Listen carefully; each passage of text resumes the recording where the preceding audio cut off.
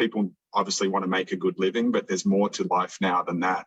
A new study done by the Direct Sellers Association of Canada and Abacus Data gives insight into what seems to be becoming a new and popular way to generate some extra income for Canadians. People often have their traditional job, 9-to-5 job, where they make that money, in a traditional sense. But what we wanted to understand was, are people working outside of that in what we might call the gig economy?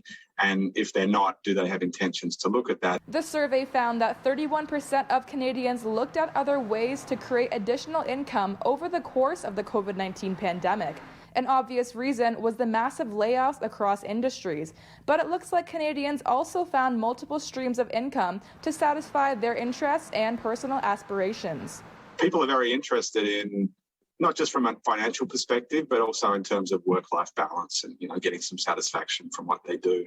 The survey also found 3 in 5 respondents intend to pursue opportunities to make additional money over the next 12 months. So it was a quarantine thing. Emanuela started her company Delectables by Eman in April 2020, just weeks after the pandemic was declared. What was once just a hobby has now turned into a source of income for Emanuela, alongside her job as a vaccine booker for Alberta Health Services. It's quite a bit of income into in your pockets, along with your job. So you're not as worried about when's the next check gonna come in. But I don't think I want to ever stop doing it.